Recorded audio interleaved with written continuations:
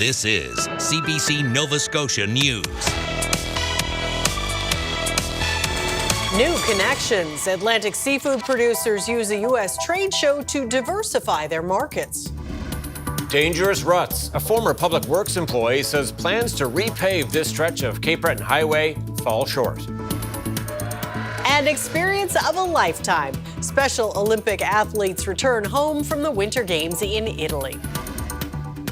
Rain ending, the skies clearing as we move tonight and throughout Wednesday. With a cooler northeast flow, your full forecast is coming up.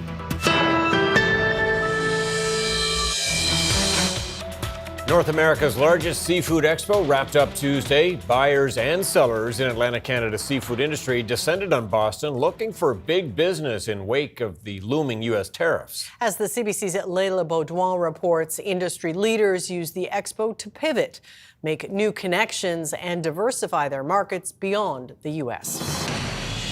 The Boston Seafood Expo. It's massive, with giants of the industry all under one roof, offering plenty of new business connections. Meetings are still ongoing, but what about Atlantic Canadians wanting to tap into other markets? We've been told so far, so good. We try not to bring it up, but it could have is affecting it a lot because 55% of our product comes to the U.S. We're just finding other markets that, like, there's other places in the world that buy what we grow, so we'll get there eventually. It just might take a bit of time. Robert sells oysters out of Triton, and he says for his Newfoundland-based production, there are options outside of the U.S. And Newfoundland and Labrador's fishery minister says the expo has already been a success. Diversification for Newfoundland companies has been successful. I'll leave that to the companies to unfold as they sign those final contracts, but we have had success in developing new markets in different continents. And his Nova Scotia counterpart agrees. There's an appetite for what's coming out of the Northwest Atlantic. I don't want to steal anyone's thunder by sharing news that is proprietary to a company, but I can tell you that there are at least 2 or 3 companies as of yesterday that had made some pretty good deals outside of the U.S. and outside of China. So really good optimism that the market diversification that we've been working on for a long time is starting to pay dividends. The reality is the U.S. can't supply their own people with enough food to sustain what they need, and they need us to help in that regard. And producers from his province are also trying to build new relationships. We've been speaking with some of our partners in Mexico and in some other islands. So yeah, it's going well. Our most important market is in the U.S. So of course our markets outside, say in some of the Caribbean islands like Dominican Republic or Barbados or Trinidad, they become more important, with the uncertainty here in the U.S. We're in a lot of supermarket chains and Costco and restaurants and everything. So this is the value-added division of our company. We produce a lot of codfish. It's our #1 species. So just how close is that American-Canadian relationship? Well, this Alaskan business owner says, like anything in the fishery, it runs deep. We have a great allegiance with our Canadian friends, our Canadian fishermen. We have a very strong bond with them. From the fishing side, we really are trying to do our best to manage through this. For industry stakeholders on both sides of the Canada-U.S. border and beyond, talks continue. Leila Baudouin, CBC News, Boston. Some Indigenous small business owners are making big changes due to trade war threats. Jason Hartung owns a company called Turtle Island Market. They sell digital art, clothing, and other items featuring Indigenous artwork. He says the changes he's making are due to the uncertainty and unreliability caused by tariffs. With this constant back and forth about whether or not there's going to be a tariff, maybe there is a tariff, now this week it's not. It's just not worth it anymore. We've decided to make the choice to move all of our products to Canada. Hartung says his costs haven't changed yet, but the postal delivery time for any products bought in the U.S. has noticeably increased. Professors, students, and university faculty representatives are speaking out against changes being proposed by the Houston government. Bill 12 would impose greater provincial government control over Nova Scotia universities. It would also force post-secondary institutions to better align their programs and courses to job market needs. Kathy Conrad, president of the St. Mary's Faculty Union, says the proposal is already creating turmoil in the university community. Just yesterday, I was in a meeting with senior administrators at my university who have put pause on operations that are critical to engaging with equity, diversity, and inclusion on our board and on search committees for senior academic members because, in their opinion, we can't talk about anything until we see what's happening with Bill 12 because it's going to turn us upside down and inside out. Other university leaders who spoke before the Public Bills Committee said universities should continue to be autonomously run and urged the government to withdraw the bill. Meanwhile, Twyla Gross, the cabinet minister responsible for Nova Scotia's civil service, says Bill 1, which would give the government free rein to fire non-unionized employees, will move forward unchanged. That's despite the fact the measure was roundly criticized by most of those who commented on the bill at Monday's Public Bills Committee. A 27-year-old was taken to hospital with serious injuries after being struck by a vehicle in downtown Halifax Tuesday morning. The crash happened around 7 a.m. near the intersection of Barrington Street and Arts Street. The incident led to police closing the Barrington Street on-ramp to the McDonald Bridge for a number of hours. Police say the victim's injuries are not life-threatening. No word about whether any charges will be laid. A former Nova Scotia Public Works employee is speaking out about dangerous ruts on Highway 125 in Cape Breton. The minister says some relief is on the way this summer, but only on a short stretch of road in his riding. The CBC's Kyle Moore reports. Ruts have been a problem on Cape Breton's busy Highway 125 for more than a decade, and many say they are a danger. Well, it's very hard to control the steering. It almost pulls the wheel right out of your hand at certain times because the ruts are deep, very deep. You know, like I travel a lot of this province and I've seen ruts. It's not the first time I've seen ruts across this province, but this section of highway is probably some of the deepest ruts in Nova Scotia. According to some local volunteer fire chiefs, the ruts have caused crashes in the past. The problem goes back to at least 2015, when this woman's car went off the highway. She suffered broken and fractured bones in her neck after her car's tires got caught in ruts in the asphalt. It's a combination of the material itself, the asphalt, and studying on the front-wheel drive vehicles, which I believe is pulling the asphalt apart. The province has announced plans to repave a 10-kilometer stretch here of Highway 125 later this summer, despite that not being part of their 5-year highway plan. So the department has made this project a priority to ensure that we fix this so that it doesn't come back. The problem is made worse when it rains because the ruts fill with water and cause hydroplaning. Lathan would like to see the department take it a step further. What I would like to see is more sections of this highway be put on the 5-year plan, and people will be able to say, yeah, look, the government is doing something good on this highway. Tilley says the rutting is a problem across the province and one his department will be addressing. Kyle Moore, CBC News, Sydney.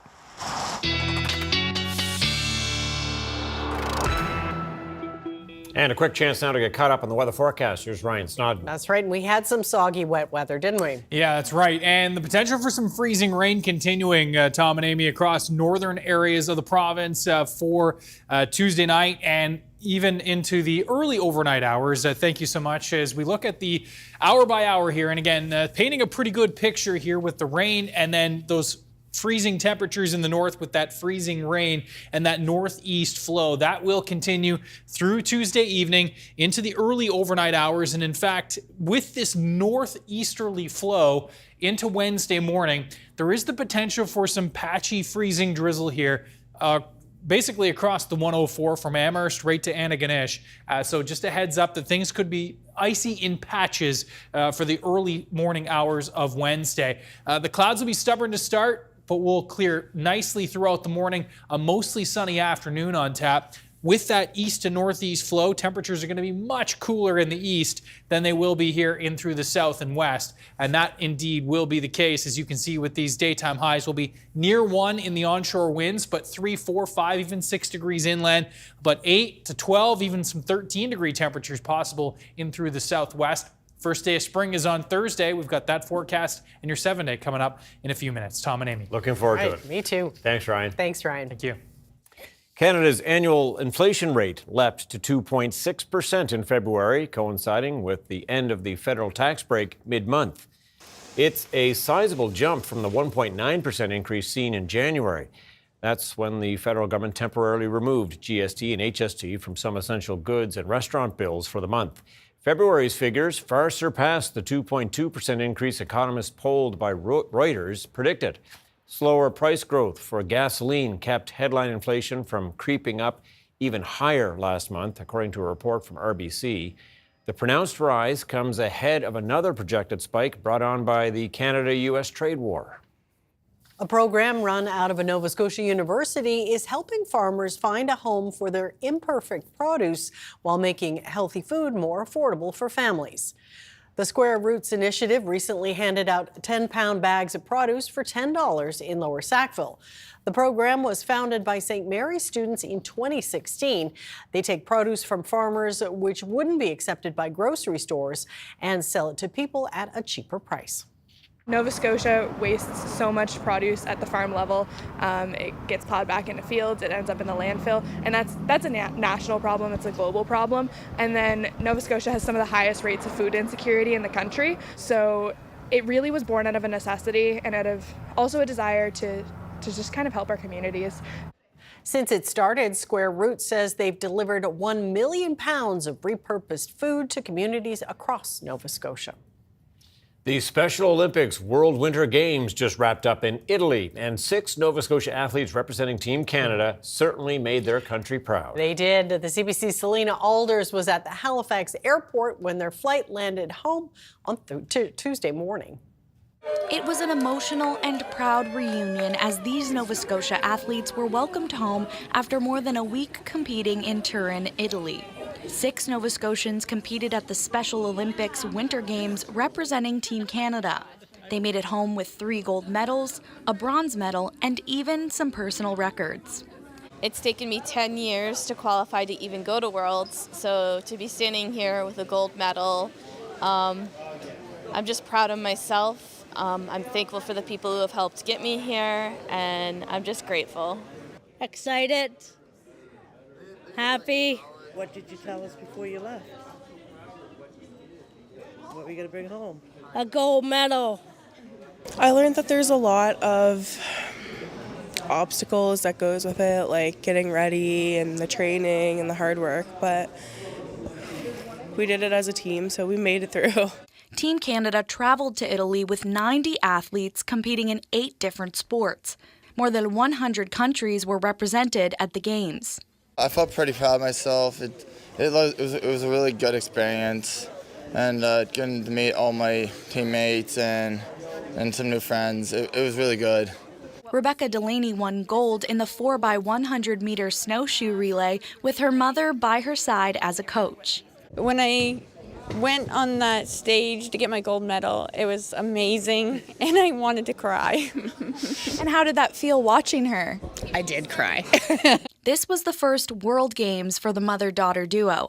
They say inclusion in sports is so important. When she got involved in Special Olympics, it opened up a whole new world, not only for her to have friends and friends who were similar to her, that she didn't stand out, she wasn't different, but also for me because I got to know other parents. The athletes were glad to get home to get some rest, but it won't be long until most of them start training to qualify for the 2027 Special Olympics in Santiago, Chile. Selena Alders, CBC News, Halifax.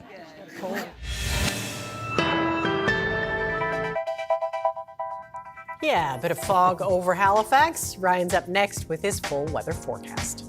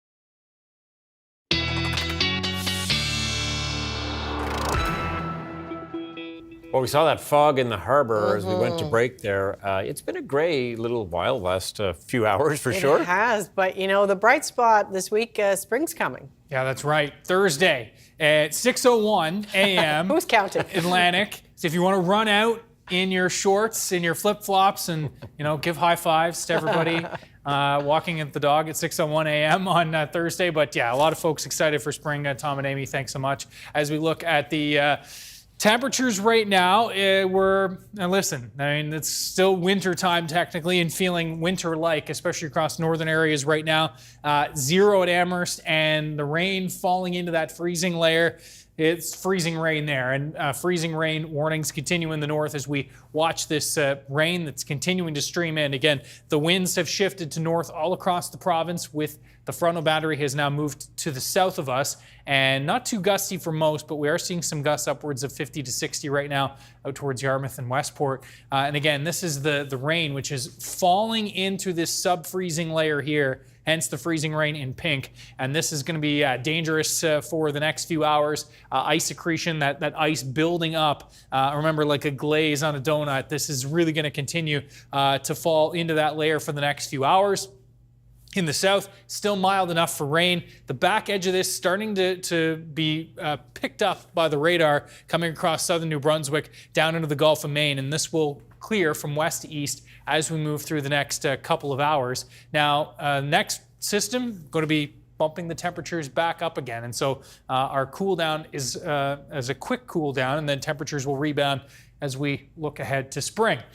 You can see temperatures across the country right now, right near the freezing mark for most. The warm surging up, as you can see in the United States right now, as we look at the hour by hour. So this model doing a pretty good job. You just saw the radar of picking out where the freezing rain is, where the back edge of this rain is. And I'm expecting that, by 10 o'clock this evening, starting to pull out of the valley and down towards Digby and Yarmouth. Halifax into the rain still likely 9 to 10 o'clock or 11 o'clock this evening. And then that freezing rain will start to taper off for the most part overnight. Now, as I mentioned earlier, in case you're joining us, northerly winds with coming in off that Gulf, the potential for some patchy freezing drizzle even into the early morning hours of Wednesday across the 104 section here. This is where we could still see some icy conditions to start Wednesday morning. So if you're traveling here, a heads up on that. That could also include Inverness County and back even towards the valley. But that freezing drizzle potential ends pretty quickly, and we're looking at the skies clearing out through Wednesday morning, and a terrific day, really. Lots of sunshine.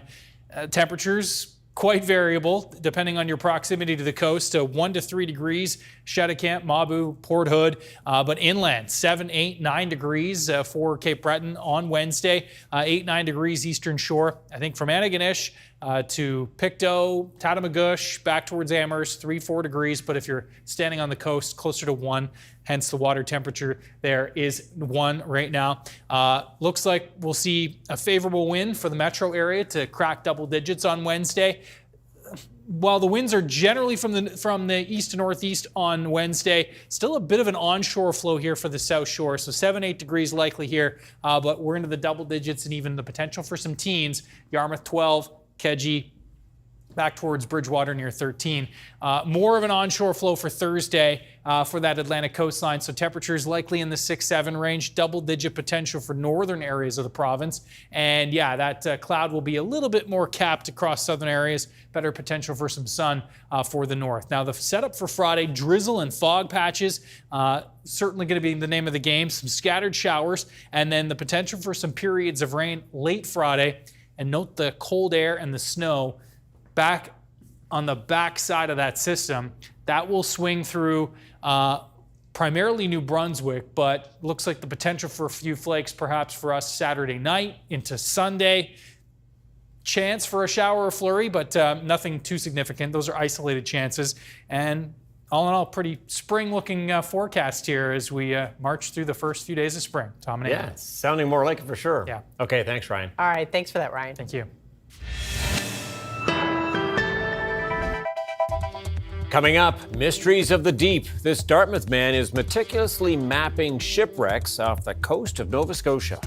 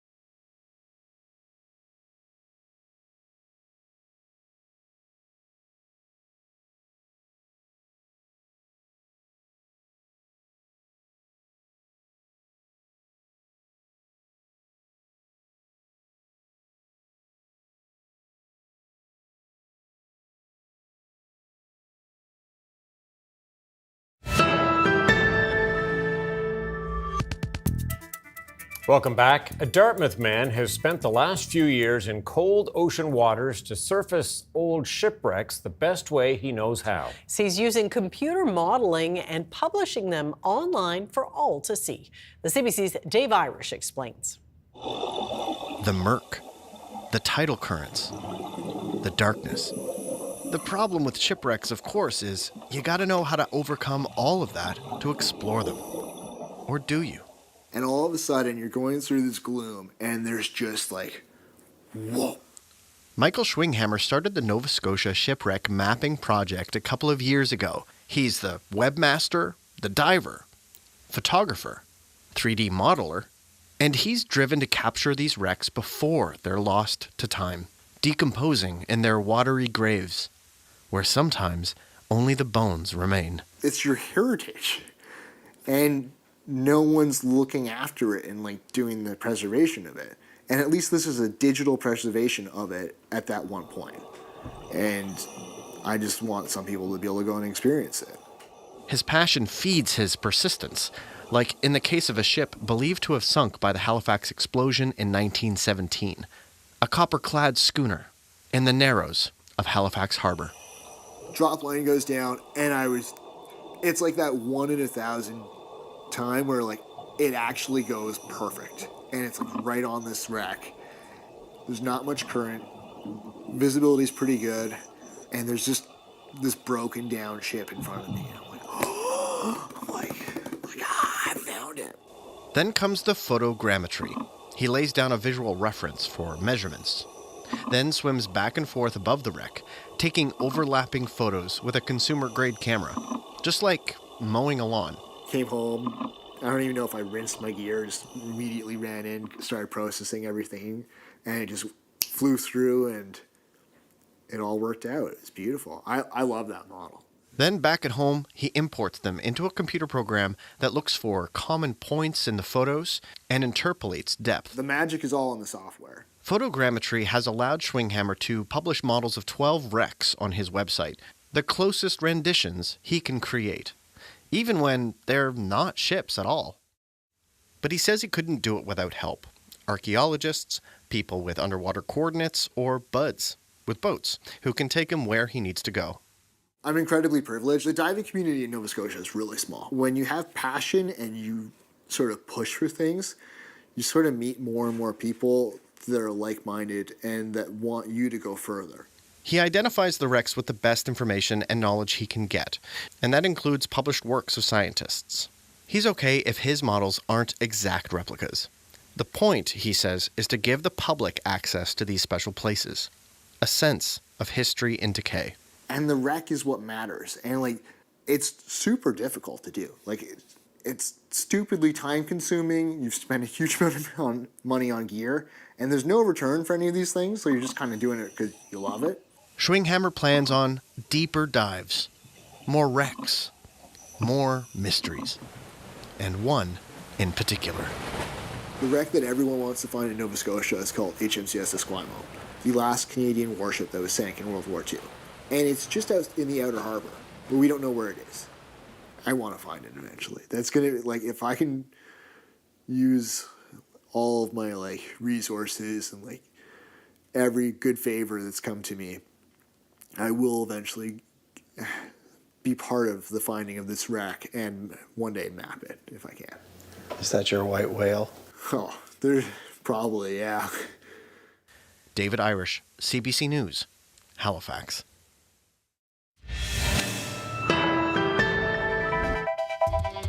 Coming up, ceasefire collapse. Israel resumes large-scale airstrikes on Gaza, leaving hundreds of people dead.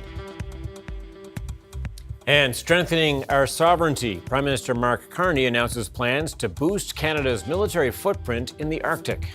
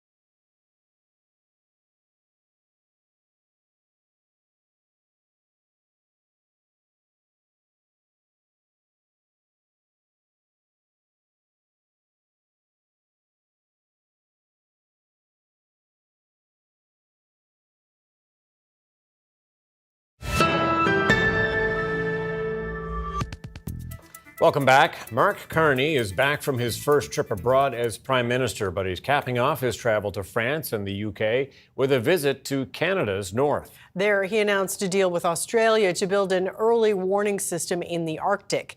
But the immediate political challenges he faces stem from the south. The CBC's Rosemary Barton has more. At a time when Canadians have become increasingly concerned about sovereignty, Canada's new Prime Minister went north of 60 to shore up Arctic security. The world is changing. Our adversaries are increasingly emboldened. Canada must be strong in our partnerships, particularly NORAD, and today's announcements will strengthen our commitment to NORAD. Well, that is true. We cannot and should not look first to others to defend our nation. Among those threatening the North, Russia and China, and an American neighbor that is increasingly aligned with those very nations. The modernization of NORAD was already promised by the Liberal government, but in this last leg of his trip, Mark Carney confirmed a $6 billion partnership with Australia to develop and install a new radar detection system. The money is part of the previous announcement of billions. The need to improve NORAD has been an ongoing criticism from the U.S. There is hope this will help. Securing Canada is an absolute strategic priority of this government. We will need to do more. We will do it deliberately. We will do it in a way that gets effective value for money, that delivers true security.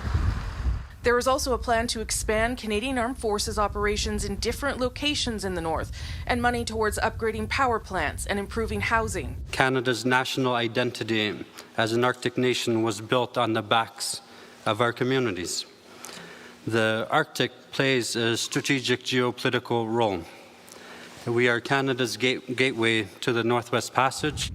A signal the sustainability of the North is also key to diversifying trade in a changing world. For New Democrats, investing in defense means investing in people. In recent weeks, leaders of other parties have been north to make promises about Canada's security. Our safety, territory, and trade with the U.S. requires we take back control of our north. Conservative leader Pierre Poilievre promised to build a new base in Iqaluit by cutting foreign aid, but was criticized for not consulting with Indigenous people first. Of course, this is also about Donald Trump ahead of the Prime Minister's first call with the President. When that will happen still has to be confirmed, but Carney warns Canadians it is not one meeting that will solve all of the current challenges.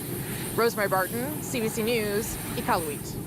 As Donald Trump keeps up his threats on Canada's sovereignty, other Western allies are looking for ways to defend the West without the U.S. Canada and Europe are seeking to forge closer ties with each other. The CBC's Evan Dyer now looks at what such an alliance might look like and what Canada could bring to it. Don't tell us what we're going to feel. You're right now not in a very good position. You're gambling with World War III. Mr. President, the 6 weeks since Donald Trump assumed office have come close to breaking the Western alliance. We're living in the most momentous and dangerous of times. I said, if you're not going to pay your bills, we're not going to defend you. It's in our interest that NATO survive. If it doesn't survive, we'll have to be prepared to think of other alternatives. Europe is rearming on a massive scale. Countries are introducing mandatory military training, even talking about going nuclear. But where does that leave Canada? It only works as a state. It doesn't. We don't need anything they have. Lately, Canadians are feeling threatened mainly by the United States. Europeans are not. So why would Europe invite Canada, with its small and understrength military, into a mutual defense pact? The single greatest risk to Canada has always been Canada alone in the world. If we don't make a concrete offer to Europe, and Europe goes it alone, and we don't have a partner that values us in Europe, our only option is to draw even closer to the United States than we already are. But there are those in Europe who want to keep Canada inside the circle. Canada is the only non-European country that's been invited to these meetings. Of course, it's a NATO ally, which makes sense, of course, because first and foremost, a sense of common values and an equal commitment, to upholding the international order, which is being severely strained at the moment. If there is a security agreement, it should be even-handed, and it should encompass also the idea to defend Canada. Canada may never be able to offer Europe much in the way of troop presence, but it has other things that Europe needs. Europe has been struggling to get off Russian oil and gas. It remains dependent on liquid natural gas from the US. Europe is significantly open to energy extortion by the Trump administration. It is much better to finance Canada and to receive Canadian fossil energy. That requires Canada to build pipelines to get its oil and gas to the East Coast. The Europeans have also shown strong interest in Canadian renewables, but again, the infrastructure needs to be built. If I was a politician, I would be saying, every factory in Canada that's going out of business, we're going to figure out how we can make it part of the defence industrial complex and how we can provide for our European partners. Well, first, and Canadian politicians are starting to pitch this country as a valuable ally in search of a new alliance. Why? Because we have all the energy necessary, we have all the fertilizers and potash necessary, we have all the uranium necessary, the hydroelectricity, the oil and gas, we have all the people, the critical minerals, the talent. I could go on and on and on. An energy and natural resource superpower with a large landmass far removed from Russian missiles. A place where European allies can train their forces and safely manufacture arms and other critical technology. That could be the basis of a new grand bargain between Canada and Europe at a time when the US is no longer a neighbor that Canada can trust. That report from the CBC's Evan Dyer. In the Middle East, a shattering break in the 2-month-old ceasefire between Israel and Hamas. Gaza's health ministry says more than 400 people have been killed in Israeli airstrikes across the territory. The CBC's Sasha Petrusik reports.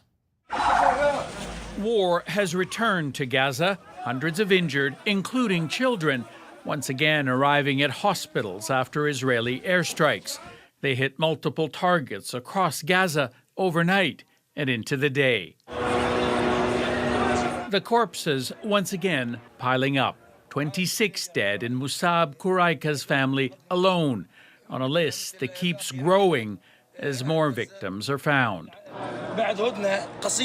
There was no warning. They were asleep when the bombs landed, he says. Nearby, Muzain Shaban holds his grandson's body. He asks, why did you kill him, Mr. Netanyahu? Israeli Prime Minister Benjamin Netanyahu blames Hamas for rejecting new Israeli and U.S. proposals to release hostages in exchange for a continuing ceasefire. This is pressure to comply. Israel will act against Hamas with increasing force, he says. Negotiations will only take place under fire. Hamas is insisting that Israel stick to the original ceasefire agreement, which envisioned an end to fighting in a second phase. But under pressure from the hardliners in his coalition government, Netanyahu has returned to fighting instead, with the backing of U.S. President Donald Trump, say his officials. President Trump has made clear that Hamas must release the hostages immediately or pay a high price. And we support Israel in its next steps. Families of the 59 Israeli hostages who remain in Gaza fear they will also pay a high price, that they may never come home at all.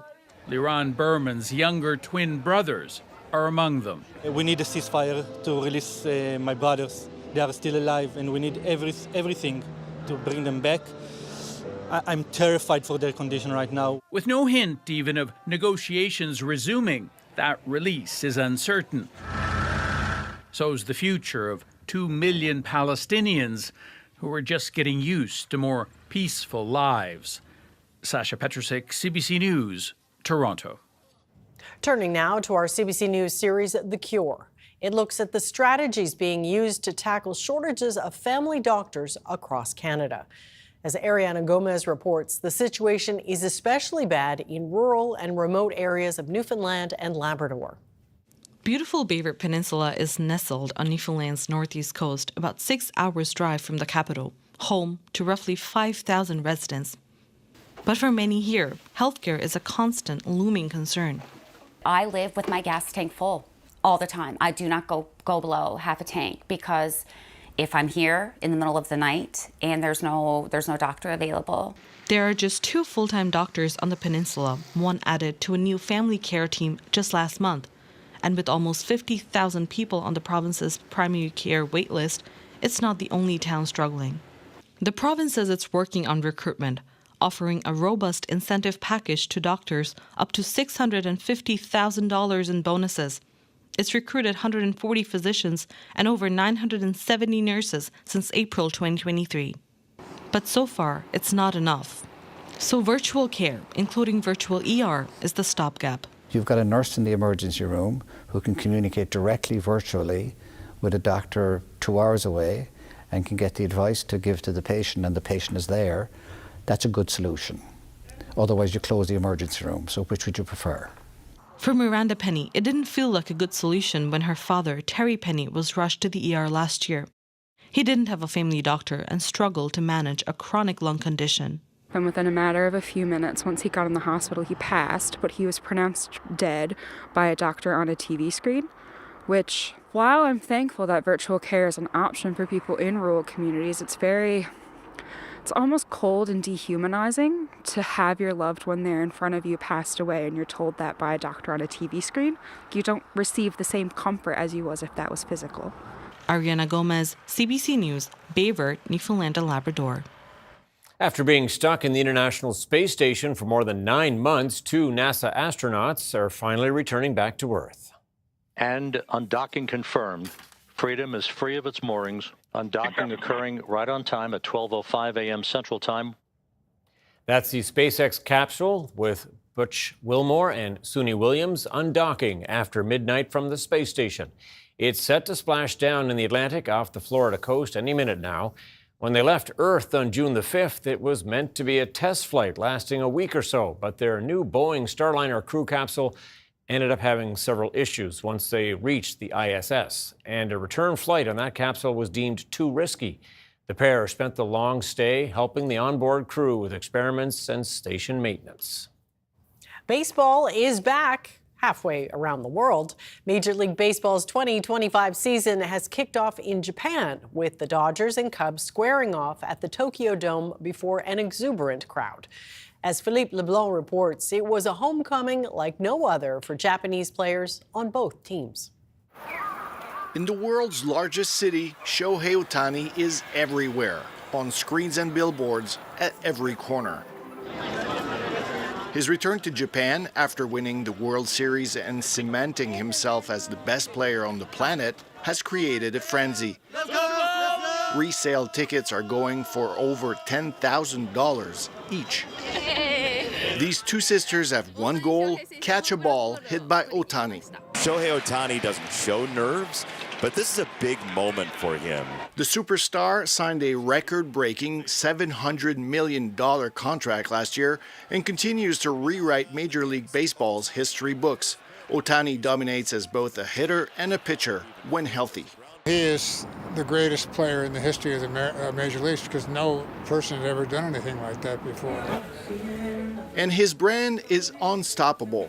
Thousands of fans visit this souvenir shop daily.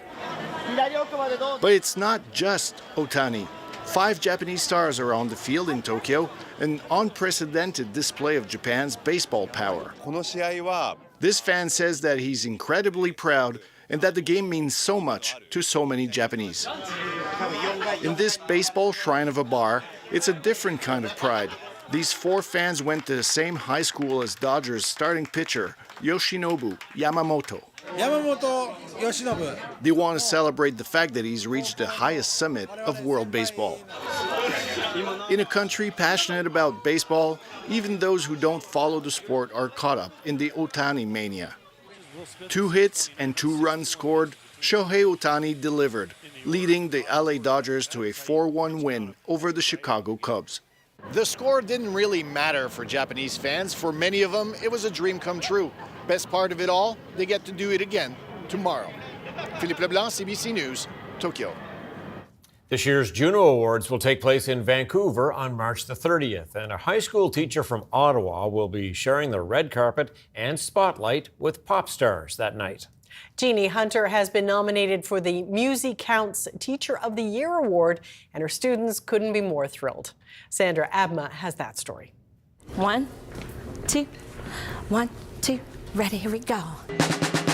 It's an explosion of percussion, drums, marimbas and xylophones wailing up and down the scales, as young hands and feet dig into making a big sound at Nepean High School. Yeah, more tick, tick, tick. All eyes and ears are on veteran music teacher Jeannie Hunter, chief cheerleader, mentor, and a firm believer in the power of music to improve lives. Everybody has music in them, and if they don't know that yet, they just haven't found the right instrument or the right teacher. That music is for everyone. Being a musician makes you a better human, and that's part of a cyclical process. So the musicians I work with are some of the best humans I know. As a teacher, she's led school bands to multiple award-winning performances. Last year, Nepean High School's rendition of A Little Bit Happy took second place in CBC's Canadian Music Class Challenge. This year, it's Hunter who's been singled out with a Juno nomination for Music Teacher of the Year. It's an amazing job. It's a chance to connect with kids in a way that you can't necessarily do in other subjects, and I get to work with them for multiple years, so it really builds community. So to have that recognized is very special. And the kids in the band couldn't be more proud. Ms. Hunter is the best kind of teacher. I don't think I could imagine any teacher who's better at what she does because she has so much passion. Miss Hunter's magical. Honestly, she's like, I don't want to sound crazy and be like, yeah, my teacher's my best friend, but like, she's honestly like, she feels like one of my best friends, if anything. Like, she's like the best music teacher I've ever had, which is quite a lot because I've had lots of different like private teachers and stuff like that, but playing the violin too, so. Here you are at Nepean High School, and you found the absolute gem. Yeah, exactly. The 2025 Juno Awards will be handed out on Sunday, March 30th. But it's clear Hunter is already a winner to her music students. What do you think? Juno night, are you going to be watching? Yes. Sandra Abma, CBC News, Ottawa. Canada's main stock index moved lower today, led by losses in the technology and industrial sectors, while the U.S. markets also fell. Here's a look at the numbers as we head to break.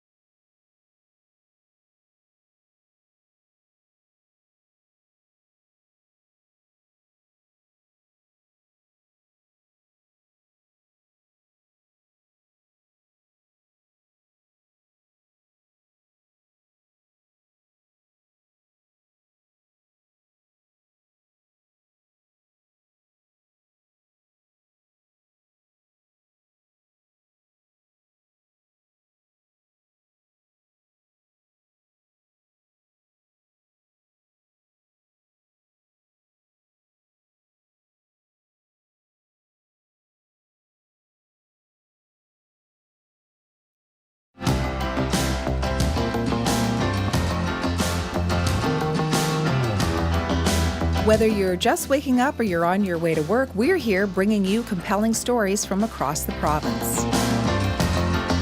And keeping you up to date with the latest in news, weather, sports, and traffic. I'm Portia Clark. And I'm Matt Brand. Join us for Information Morning for the Mainland, weekdays on CBC Radio.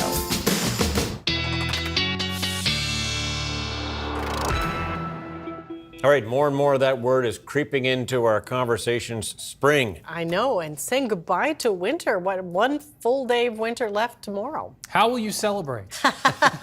Coming to work, probably. Spending time with you. Yeah. Maybe a lighter coat. Yeah, Yeah, that's good right. idea. Yeah, for sure. That's a great way to celebrate. Perhaps a little kayak near Baxter's Falls. Okay, that's a good way. As we look at our viewer picture of the day, thanks so much, Tom and Amy. This one, indeed, as I just mentioned, will come from Baxter's Falls, Baxter's Harbor. Have a look as we show you here. We'll zoom in. And yes, a beautiful shot here from Baxter's Harbor and the falls. What a shot. Barbara Young, thank you so much for sharing this. Looks like high tide there, obviously. A great shot. Ryan's picks at cbc.ca. Lots of great ones coming in. And as spring continues to spring, I'm sure we'll see more great ones here in the coming days. So we've got wet weather, obviously, across the province right now. That freezing rain risk across northern areas and eastern areas primarily tonight. Could see some patchy freezing rain, though, back towards the valley, even down towards the metro area and the eastern shore. Now, Wednesday morning, with this northerly flow, it is patchy freezing drizzle possible in that northeast flow for the early morning hours of Wednesday. That wraps up by mid-morning. And then off to the races with lots of sunshine on Wednesday. Looking pretty good indeed. Temperatures anywhere from 1 to 4 degrees in those onshore northeast winds. Inland, looks like around the Brewer Lakes area will be in the 8-9 range. Port Hawkesbury near 6. But then, yeah, down here to the south and west, this is where temperatures will be warmest. 8 to 12 degrees, but I think we could see some 13s on the board. Bridgewater back towards Kedzie, especially when we're factoring in that sunshine. Bit of an onshore flow here for the Atlantic coastline on Thursday. That'll lead to a bit more cloud cover, some cooler temps back into the double digits for northern areas on Thursday. And you can see some wet weather Friday carrying through into Saturday, maybe a few flakes on Sunday, just to remind us that, yeah, spring, you know, a few bumps on the road for sure. That's going to be unpredictable. Yeah. Okay, thanks, Ryan. Thanks, Ryan. Well, some intense high-tech work is happening in a Shanghai warehouse with some of these shifts 17 hours long. Yeah, needless to say, these workers are not unionized. They are artificial intelligence robots, and the project is aimed at pushing AI into everyday life. Right now, the tasks are mundane, but each action broadens the AI database. So far, the company has sold about 1,000. It foresees them eventually understanding vague, open-ended instructions and perhaps one day assembling themselves. Impressive, to say the least. That's it for us tonight. Thanks so much for watching. We'll see you next time. Good night.